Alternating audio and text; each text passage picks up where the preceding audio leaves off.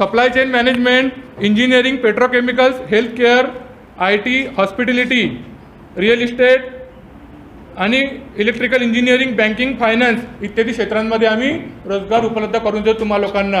आता तुम्ही सगळं फ्रेशर्स लोक आहात, आम्हाला माहिती आहे, पण तुम्ही कुठून ना कुठून तुम्ही जेव्हा सुरुवात कराल तेव्हा तुम्हाला एक्सपिरियन्स येईल. तर अशा फ्रेशर्स लोकांना रोजगार काय असतो, काही लोक निश्चितच म्हणजे कॉलेज करून काम करत असतीलच, पण ज्या लोकांना अजून म्हणजे कामाची वेळ आलीच नाही आहे, ज्यांनी अजून कामाला सुरुवात केलीच नाही आहे, अशा लोकांकरिता हे एक सेमिनार आयोजित केलेलं आहे. याच्यामध्ये तुम्हाला आपण इंटरव्ह्यूला कसं गेलं पाहिजे, आपला गेस्चर पॉस्चर कसा असला पाहिजे, त्यानंतर त्या इंटरव्ह्यू टेक्निक्स याबद्दल तुम्हाला मार्गदर्शन करतील आमच्या कंपनीचे HR मॅनेजर श्री विजयजी मुळे. हे तुम्हाला प्रत्येक गोष्ट समजावून सांगतील की इंटरव्ह्यूला कसं गेलं पाहिजे, आणखी आपली इंटरव्ह्यूमध्ये आपली सिटिंग जी अरेंजमेंट आहे ती कशी असली पाहिजे. तसेच आमच्या कंपनीच्या जे HR टीम लीड आहेत मिस श्रेया कावळे, हे तुम्हाला सांगतील की रिझ्यूम कसा असला पाहिजे. तुम्हाला अजून माहितीच नाही की रिझ्यूम बायोडाटा काय असतो आहे, रिझ्यूम आणि बायोडाटामधला डिफरन्स काय असतो आहे. आणखी तसेच प्रोफेशनल रिझ्यूम कसा असावा याबद्दल तुम्हाला माहिती देतील. आणि अशाच प्रकारे तुम्ही तुमच्या उज्ज्वल भविष्याकरता इथून सुरुवात कराल आणि इथून नक्कीच काही ना काही शिकून घेऊन जाल आपल्यासोबत, आणि याचा नक्कीच तुम्हाला भविष्यात फायदा होईल अशीच मी अपेक्षा करतो आहे. आणि पुढे यानंतर मी आमंत्रित करतो आहे आमच्या कंपनीचे HR मॅनेजर श्री विजयजी मुळे. हे तुम्हाला इंटरव्ह्यू टेक्निक्स याबद्दल माहिती देतील. त्याच्यानंतर एक ठरवा की आपल्याला कुठला मार्ग याच्यातला निवडायचा. इंटरव्ह्यू जो नोकरीला जातो त्याला इंटरव्ह्यूची आवश्यकता आहे, जो नाही जात त्याला पण इंटरव्ह्यूची आवश्यकता आहे. कारण की तुम्ही जेव्हा बँकेमध्ये एखादं लोन मागायला जाता तेव्हा तुम्हाला विचारतात की तुम्ही काय करणार आहे, कसे करणार आहे, तुमच्या समोर प्रोजेक्ट कोणता आहे, त्या प्रोजेक्टचं ॲनालिसिस काय आहे, मार्केटची पोझिशन काय आहे, तुमच्याकडे जागा उपलब्ध आहे की नाही आहे, मशिनरी आहे की नाही, या सगळ्या गोष्टी त्याच्यासोबत संबंधित असतात. तर आपला एक एम डिसाईड करून त्यात पुढे वाटचाल करायची. जसं आता पुढे जर गेलो आपण आता इंटरव्ह्यूला जायचं, तर प्रत्येक विद्यार्थी हा इंटरव्ह्यूला जायच्या अगोदर आपला एक CV तयार करत असतो. CV तयार केल्यानंतर एखादा एक्सपिरियन्सवाला असेल ज्यांनी कुठे काम केलं आहे, कुठल्याही क्षेत्रात असू द्या, तो आपले एक्सपिरियन्स तिथे लिहितो की मी इतक्या वर्ष या कंपनीमध्ये काम केलं आहे, माझे शिक्षण झालं आहे, माझं नाव गाव जे काही आहे ते. आणि जेव्हा तुम्ही जाता, CV झाला, तुम्हाला कॉल आला की तुम्ही इंटरव्ह्यूला या, तिथपासून तुमच्या डोक्यावर टेन्शन येणं सुरू होऊन जाते. कारण की तो तुमचा पहिला इंटरव्ह्यू असतो. कसं जायचं, काय जायचं. तर काय करायचं, तुमचा CV एकदा तुम्ही तयार केला, CV कसा तयार करायचा मॅडम तुम्हाला मार्गदर्शन करतील. CV तयार झाला की तुम्हाला कॉल आल्यानंतर तुम्ही त्या ठिकाणी पोहोचता इंटरव्ह्यूला जायसाठी. तर जेव्हा तुम्ही तिथं जाता, एकतर कॅबिन असतं, जो माणूस इंटरव्ह्यू घेणारा असतो तो कॅबिनमध्ये बसलेला असतो, किंवा एखादा कंपार्टमेंट असतात, कंपार्टमेंटमध्ये असतो. तर कॅबिन जर असेल तर जायच्या अगोदर पहिले दारावर टिक करायची. डायरेक्ट दरवाजा उघडून मे आय कम इन सर म्हणायचं नाही, ते चुकीची पद्धत आहे. दारावर टिक करायची, तो म्हणते कम इन म्हटल्यानंतर मग तुम्ही हळूच दार उघडा आणि मे आय कम इन सर विचारा, त्याच्यानंतर तुम्ही आत जा. जाताना कसं असतं की तुम्ही फाईल कुठल्या हातात पकडलेली असते ते महत्त्वाचं असते. डाव्या हातात पकडली का उजव्या हातात पकडली. त्याच्यानंतर ते जे कॅबिन जे असते छोटी असते तर वेल अँड गुड, पण मोठी जर असेल तर तुम्ही तितकं डिस्टन्स चालत कसे जाता, तुमच्या चालण्यामध्ये आत्मविश्वास आहे की नाही आहे हे बघितलं जातं. ते या गोष्टी आपल्याला या वयामध्ये कळत नाही, पण जो इंटरव्ह्यू घेणारा आहे त्याला माहिती असतं. तो ऑब्झर्व करतो की याची फाईल कुठल्या हातामध्ये आहे, हात चालत कसा आला, यांनी कपडे कसे घातलेले आहे, तिथं फॅशनेबल कपडे घालून जायचे नाही. आता ते गांधीबाबा आपले गांधी जे होते ते मोठे होते, त्यांना माहिती आहे माझे गोरगरिबांना कपडे नाही म्हणून मी कपडे घालत नाही. जोपर्यंत माझे गोरगरीब कपडे घालतील त्याच दिवशी मी अंगावर वस्त्र परिधान करील, हे गांधीजींचं वाक्य होतं.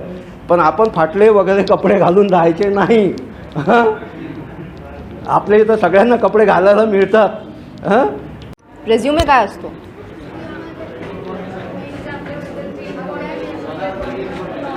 आपल्याबद्दलची इन्फॉर्मेशन. ओके, हिरो झाली, हिरो त्या रोमधनं एक आन्सर. स्वतःबद्दलचा बायोडेटा. Okay fine.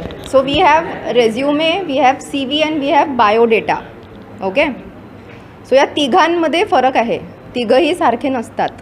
आणि आपण जेव्हा जॉब इंटरव्ह्यूसाठी चाललेलो आहे, सो इट्स नॉट म्हणजे आपण तिथे बायोडेटा न्यायचा नसतो. बायोडेटा लग्नासाठी असतो. तुम्हाला लग्न करायचं आहे, तुम्ही मग बायोडेटा बनवा, तुम्ही मग ते पोराकडच्याला पाठवा, पोरीकडच्यांना पाठवा, right. So biodata is used only for marriages, not for this job purpose. Okay, so then after that it comes resume and then CV. So what do you mean by resume? Meaning of the word resume काय वाटतं? तुम्ही सांगून दिलं ते आपल्याबद्दलची information, but त्याचा meaning काय असतो? You don't know? Very good. Resume means summary. Resume means summary. आता हे झालं resume. What is CV? CVचा full form कोणाला माहिती आहे? करिक्युलम विटे. या correct, he is correct, curriculum Vite. So resume आणि CV मधला डिफरन्स काय आहे कोणाला सांगता येईल का? रेझ्युमे कधी यूज करतो आपण आणि CV कधी यूज करतो? आता तुम्ही सगळे फ्रेशर आहात, तर तुम्ही काय यूज कराल? रेझ्युमे यूज कराल की CV यूज कराल? रेझ्युम. तुम्हाला माहीत आहे हो डिफरन्स, मग नाही का पण म्हणता? Okay, so resume means basically आपण एक समरी लिहितो, आपल्याबद्दलची समरी. आपण त्याच्यात एकदम इलॅबोरेट नाही करत, लाँग पॉईंट्स नाही लिहत, राईट. CVमध्ये आपण जसं कोणाला कोणी एक्सपिरियन्स्ड कॅन्डिडेट आहे, जसे सर आहे, आता सरांचा CV कसा राहील? मोठा राहील, कारण त्याच्यात सगळे त्यांना पॉईंट्स इन्क्लूड करावे लागतील. सरांना जसं 30+ इयर्सचा एक्सपिरियन्स आहे HR डोमेनमध्ये, तो त्यांचा CV फार मोठा राहील. सो ते रेझ्युम नाही बनवणार, ते CV बनवणार. तुम्ही लोक फ्रेशर आहात, तुम्ही रेझ्युम बनवणार, कारण तुमच्याकडे तेवढा मॅटर नाही आहे लिहायला, करेक्ट. सो तुम्हाला तो रेझ्युम बनवावा लागेल. आता रेझ्युममध्ये तुम्ही काय इन्क्लूड कराल? काय काय गोष्टी आहेत जे तुम्ही इन्क्लूड करू शकता? काय वाटते? If you are going for any digital marketing thing, so you need to add that in your resume. Okay, ही झाली कॉन्टॅक्ट इन्फॉर्मेशन. आता तुम्ही जसे फ्रेशर आहात, तर तुम्ही फर्स्टली काय प्रिफर कराल? एज्युकेशनल डिटेल्स प्रिफर कराल की वर्क एक्सपिरियन्स प्रिफर कराल? एज्युकेशन, राईट, बिकॉज तुमच्याकडे एज्युकेशनमध्ये लिहायला भरपूर काही आहे. तर एज्युकेशनमध्ये तुम्ही कसं लिहाल? It should be in reverse chronological order. तुमचं आता काय चालू आहे? BCom second year. So you should write first BCom second year pursuing, right, because तुमचं कंप्लीट नाही झालं ते. देन तुम्ही 12th, देन का एक्सपिरियन्स असेल तर you should take your work experience first and then your educational details, because that looks very professional. कारण की जसं कोणी HR मॅनेजर म्हणून वर्क करत आहे, जसं मी इंटरव्ह्यूअर आहे, मी CV बघते आहे तुमचा, सो एक फर्स्ट इम्प्रेशन पडतं की नाही आपण कोणत्या तरी कंपनीच्या HR मॅनेजरसोबत बोलतो आहे. सो दॅट ते सायकोलॉजिकल असतं. म्हणजे तो इंटरव्ह्यूअर्स तुम्हाला एक kind of a little bit respect देतो, बिकॉज ऑब्व्हियसली तुम्ही जर कोणत्या मॅनेजरियल पोस्टवर काम करत आहे आणि तुम्ही त्या CVमध्ये फर्स्टली मेन्शन केलं, so that gives a very वेगळा इम्पॅक्ट, राईट. आणि जर तुम्ही ते लास्टमध्ये मेन्शन करत आहे तर कोणाला कळणारच नाही. सो तुम्ही जर वर्क म्हणजे एक्सपिरियन्स्ड आहे, सो तुमचा वर्क एक्सपिरियन्स पहिले राहील आणि that too in reverse chronological order. तुम्ही पहिले म्हणजे प्रेझेंटली कुठे काम करत आहे, त्याच्या आधी कुठे काम केलं आणि त्याच्यानंतर कुठे काम केलं, म्हणजे असं जसं तुम्ही तुमचं एज्युकेशनल राहील. देन तुम्ही मग educational details. What so funny? काय हसताय? काय जोक क्रॅक केला मलाही सांगा, मी हसते. नाही सांगू शकता तुम्ही, जोक्स क्रॅक करू शकता, no issues. Okay fine. So after that येतं, हे झालं आपलं एज्युकेशन आणि work experience. And after that येतं तुमचं काय म्हणतात त्याला, अचीवमेंट्स. तुम्ही काय अचीव केलं आहे? अचीवमेंट्स. आता तुम्ही फ्रेशर आहे तर तुम्ही काय लिहिणार? काय लिहू शकता? काय वाटतं तुम्हाला? तुमच्या कॉलेजमध्ये काही फेस्ट होत आहे, तुमच्या कॉलेजमध्ये जर तुम्ही कशात जर काही भाग घेतला आहे, तुम्ही ते ॲड करू शकता, ते सांगू शकता, राईट. जर तुम्ही सोशल मीडिया म्हणजे तुम्ही जर कोणती वेबसाईट बनवली आहे त्याचं तुम्ही लिंक देऊ शकता की आम्ही ही वेबसाईट बनवलेली आहे बा, मी स्वतः बनवलेली आहे, so you can check out this website. So यांनी कसं तुमच्या जो हा जो सेक्शन असतो हा पूर्ण तुमचा असतो. तुम्हाला जे वाटेल तुम्ही ते लिहू शकता. जे वाटेल म्हणजे असं नाही की काही पण लिहून टाकाल. ऑनेस्ट पाहिजे. Resume should be honest. तुम्ही जर त्याच्यात काही वेग लिहून राहिले आहे तर that will not work. Because कसं तुम्ही वेग लिहून द्याल, तुम्हाला जॉब मिळून जाईल, तुम्ही इंटरव्ह्यू पास करून घ्याल, पण जेव्हा तुम्ही प्रॉपर वर्क करायला जाल आणि तुम्हाला ते येतच नाही आहे, सो ते समजून जाईल ऑब्व्हियसली. म्हणजे जो एम्प्लॉयर राहील त्याला ते कळून जाईल आणि तुमचे जे समरचे रस्ते राहतात मग म्हणजे ग्रोथचे ते बंद होऊन जातात त्या कंपनीसाठी. बिकॉज त्याला कळून जाईल की तुम्हाला त्या स्किल्स आहे नाही. And it's not a problem की तुम्हाला जर त्या स्किल्स नाही आहे. It's not an issue. You can just म्हणजे ते जे कंपनी असते ती तुम्हाला ट्रेन करू शकते त्या स्किल्सवर. पण तुम्ही जर खोटं लिहत आहे so that is very unprofessional. खोटं कधीच रेझ्युमे बनवायचा नाही.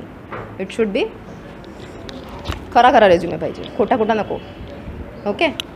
अँड देन तुमचं येतं मग लास्टमध्ये काय म्हणतात त्याला, लास्टमध्ये काय येतं, हे तुमचं सिग्नेचर येतं. तुम्ही डिक्लेरेशन देताय की I hereby declare that this information is true to my knowledge, right. हे एक असा डिक्लेरेशनची लाईन येतं, राईट.